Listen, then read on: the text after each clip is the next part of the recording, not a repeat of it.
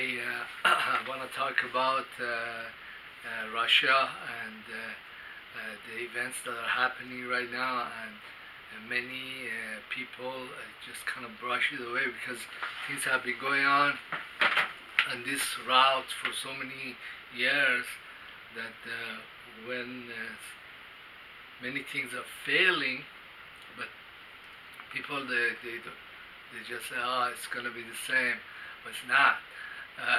One of the things that I think was a turning point is when Bolton went into Russia and he had a meeting with Putin, and I put the video up. If you look at the video, you see basically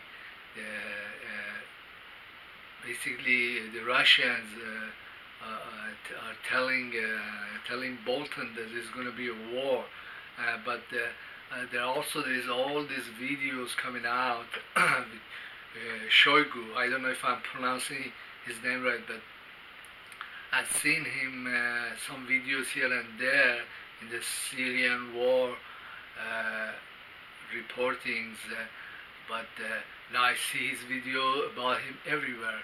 I put up like 5 videos on Shoigu, and shows him going into the Asian defense ministers meeting. I don't know if it was a month or 2 ago, and there is everybody there from Singapore, Japan, you name it. Mad Dog from USA was there, and you see him meeting with everybody, and he's shaking hands of Mad Dog. And then I saw another video, Shoigu is meeting with the army chief of Japan, and then there's another video says that he met with the Singapore army chief. Then there is Shoigu meeting with who was it? Japan, United States. I think there is a couple of other ones, and then there is also a report he delivered S-300 to Syria. Then there is Shoigu again warning Israel. Then there is another video came out. It shows the defense minister or ministers. I don't know. It wasn't Shoigu in this time in the video, but they go to Tel Aviv and meet with Lieberman.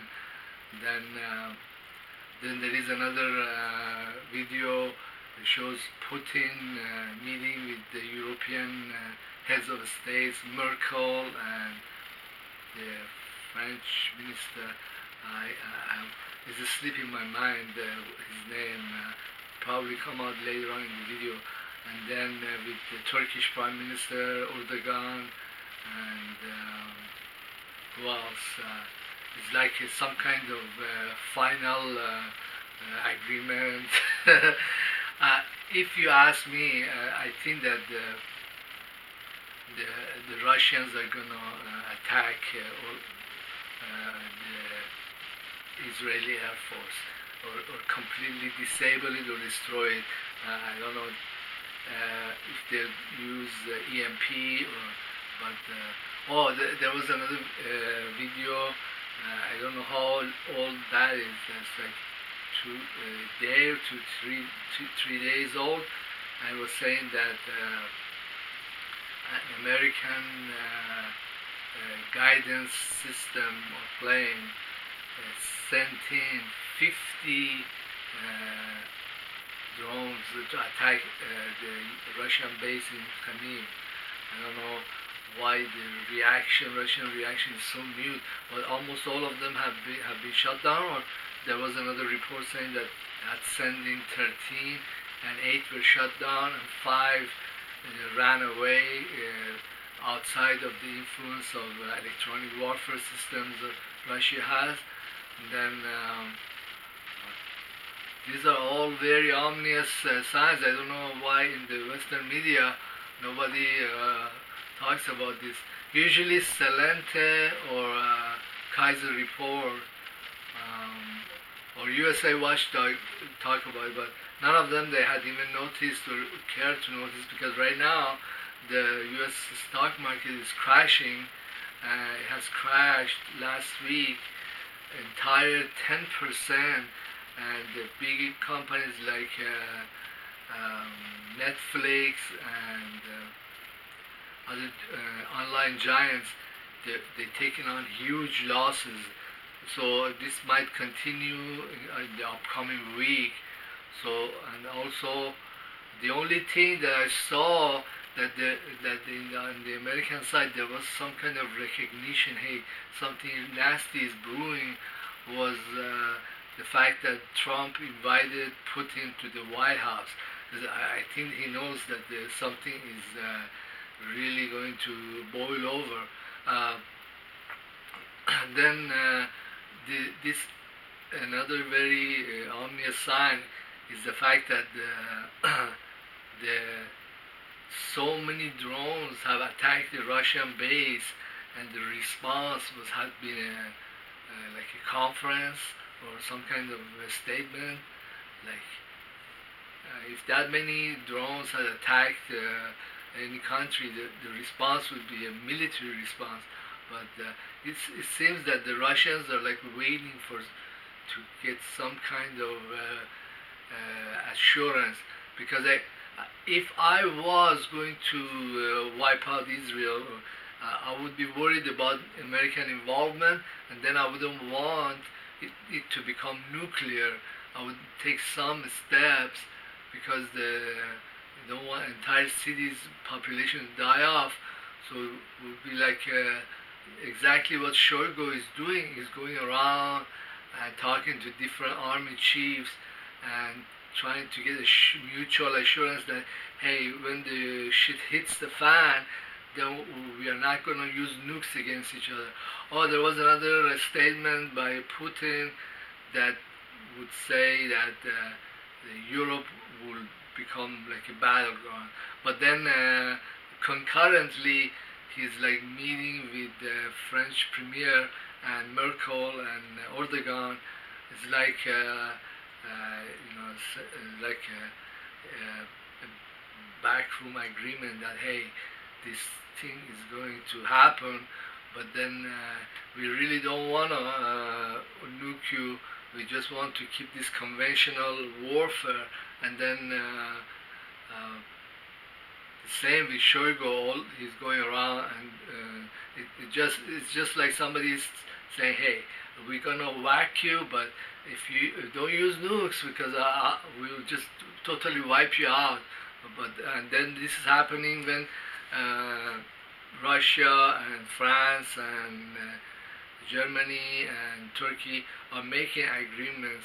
It looks like an agreement and an empty threat, or a threat that's just simply a threat with nothing to back it out, or just it's like a warning with countries that are friendly with Russia, and Russia doesn't want to engage them at all. Well, another statement Putin made with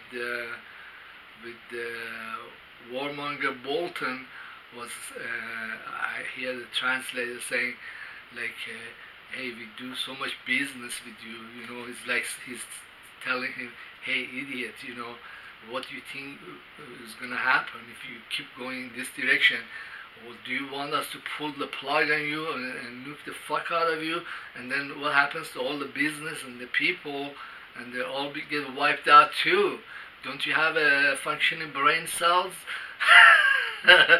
Then Putin, he put it in like a metaphoric, you know, there is all these arrows, and the eagles has some olives on one branch. I think that the American empire or imperialism is based all of force, and the olive branches were simply decoration. There really never was olive branches in any of eagle's hand. And then also this statement kind of reflects the behavior of the U.S. government in relationship to many different countries. Like I was looking at when I was looking at the Shoigo, search results, I see all these other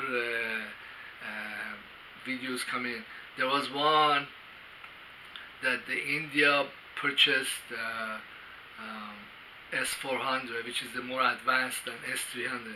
Then there were videos of a commentary in Urdu. Well, I don't understand Urdu, but the title was saying that Trump was making statements against India, telling them they shouldn't buy advanced anti-aircraft missile systems.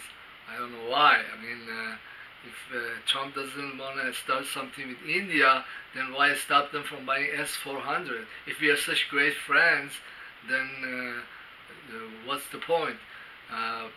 Then there was another video showed statements by China and Russia.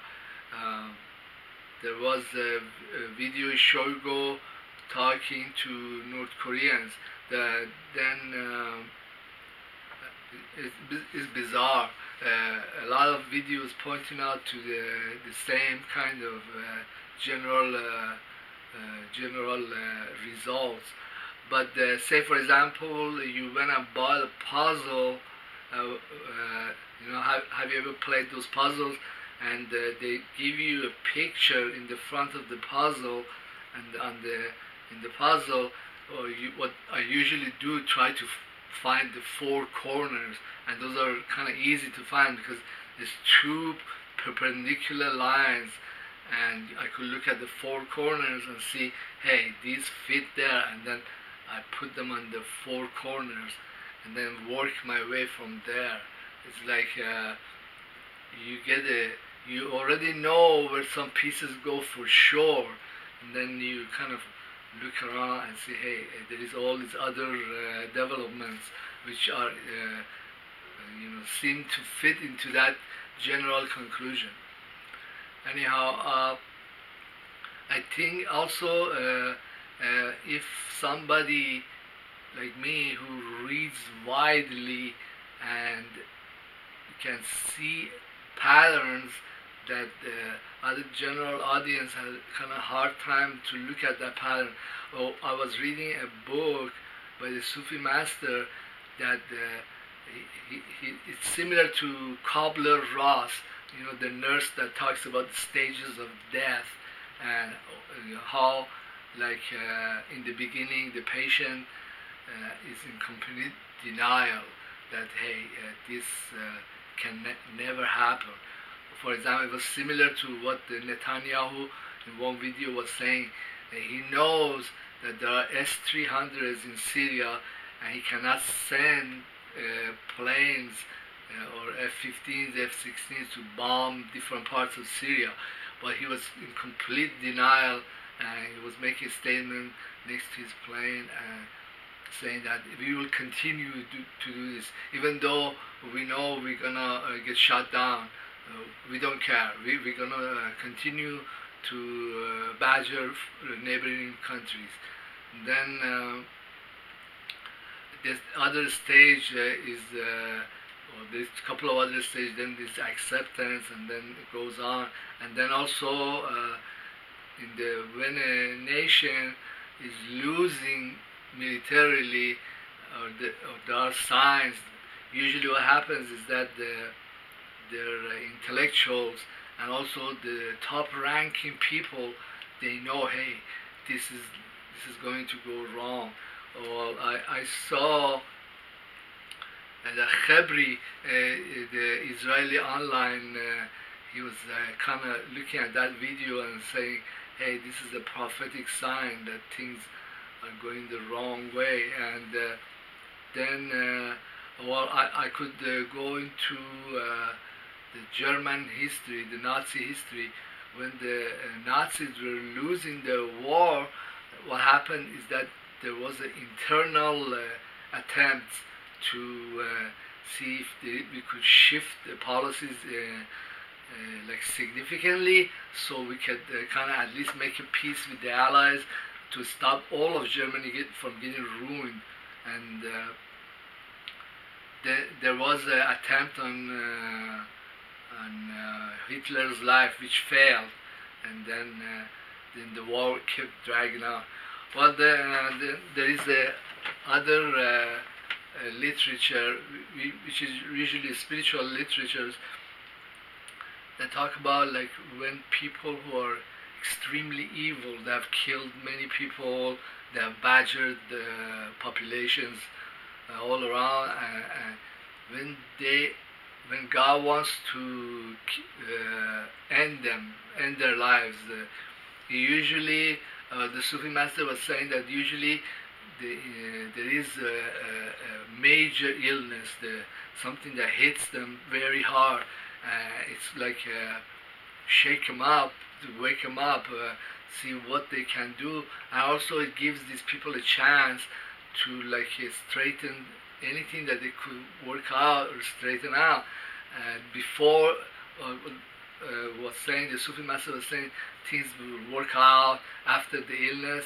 For a while, for like a year, things are okay, and then then the final death comes in a different illness or circumstance.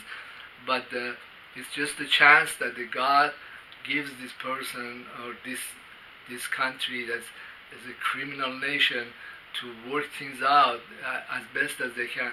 Well, towards the end of the World War II, many Germans were very sad and angry that they were fighting the war, they were losing, and Hitler had instituted the scorched earth policy. That means they were also gutting, flooding their own metros with water, and it would prevent the Allied soldiers or personnel to go around in Berlin or other cities. So the Germans were very upset over this, that why should such a beautiful engineering work be ruined, and then now we have to do all this other stuff. It was like there was a period of suffering after a major defeat, that all the resources of facilities were breaking down, and it was just like God was getting these people ready to pack it up. I think this is something that's going to happen to Israel. Well, now they cannot go out of their borders and attack other countries with F-15s and F-16s or F-35, because there's all these very good anti-aircraft systems that will shoot them down. And then also all around there is a build-up in rocketry and in personnel. Exasperate all of that is that they don't have a very high number of personnel that can go actually in the field and fight, and their troubles are everywhere now in Gaza, and then there is growing presence of Hezbollah, Iran, and Syria on their borders. Oh, there is another video that Russia was telling Israel that, hey, Golan Heights does not belong to you, and it's kind of and they had deployed the police, the military police along the border, just kind of telling them, hey, it's about time you pack up and go. But I don't know how the end will come. I think that God is going to give Israel that one major military defeat, and then there will be like a year of suffering like the Germans in the Nazi time, for them to get ready to leave Palestine.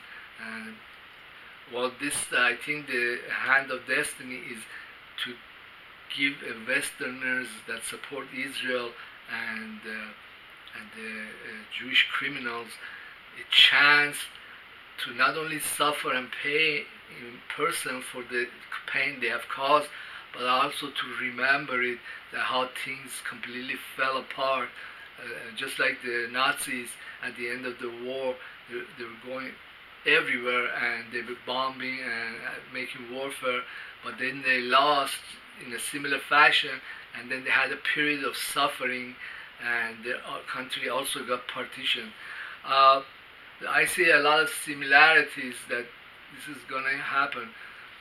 Well, also I see that the Russians do not want the war to spread everywhere, like to Europe, or they're telling the stupid Bolton, hey, you back out. If there is war, you shouldn't get involved because you're going to get back too, and it might get nuclear too. But I don't think there is too much smarts with Bolton. The new cons probably would want a warfare, like 50 million Americans die, and then, but they'll keep their job and nobody will blame them. I don't know. Well, thank you very much for being my video channel, and please subscribe, leave your comments. I appreciate it. Have a nice day.